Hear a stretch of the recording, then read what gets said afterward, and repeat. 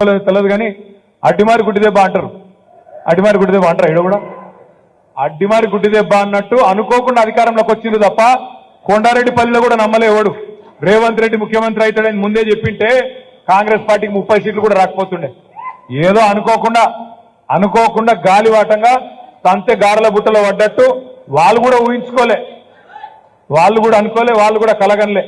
మాకు కూడా చెప్తున్నారు సాటుకు అసెంబ్లీలో, అన్న అమ్మతోటి చెప్తున్నాం, మహబూబ్ నగర్ జిల్లాలో మేము దబ్బన గెలిస్తే 5-6 గెలుస్తాం అనుకున్నాం కానీ 12 గెలుస్తామని కలలు కూడా అనుకోలేదన్నాను వాళ్ళే చెప్తున్నారు మాకు. కాబట్టి వాళ్ళు కూడా ఊహించుకోలే, వాళ్ళు కూడా కలగనలే. అందుకే అసెంబ్లీ ఎన్నికలకు ముందు ఇష్టం వచ్చిన వాగ్దానాలు ఇచ్చింది. ఏమన్నారు? 2 లక్షల ఉద్యోగాలు ఇస్తామన్నారు, 2 లక్షల రుణమాఫీ అన్నారు, అందరికీ అన్ని అన్నారు. కానీ ఇప్పుడు కుడితిలో పడ్డ ఎలకలెక్క అయింది పరిస్థితి. అధికారంలోకి వచ్చిండ్రు, ఏం చేయాలో తెలుస్తలేదు. అప్పుడేమో అందరికీ అన్ని, ఇప్పుడేమో కొందరికే కొన్ని ఇస్తాం, కొన్ని మాత్రమే చేస్తాం, మిగతా 7 చేస్తాం, కేసీఆర్ గారు ఖజానా ఖాళీ చేసిపోయిండు అని తిరిగి మాటలు మాట్లాడుతున్నారు. అసలు ఆయన ముఖ్యమంత్రి లాగా మాట్లాడుతుంటారు రేవంత్ రెడ్డి.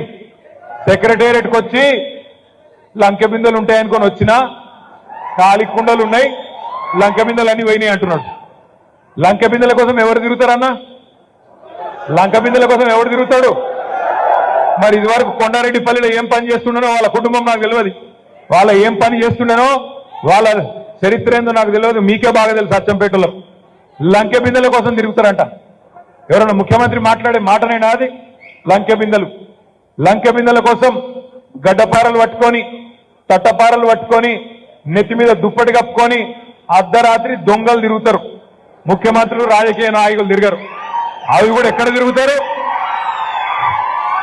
పాడుపడ్డ కోటలల్లా, పాత గడిలల్లా, పాత దేవాలయాలల్లా అర్ధరాత్రి దొంగలు తిరుగుతుంటారు.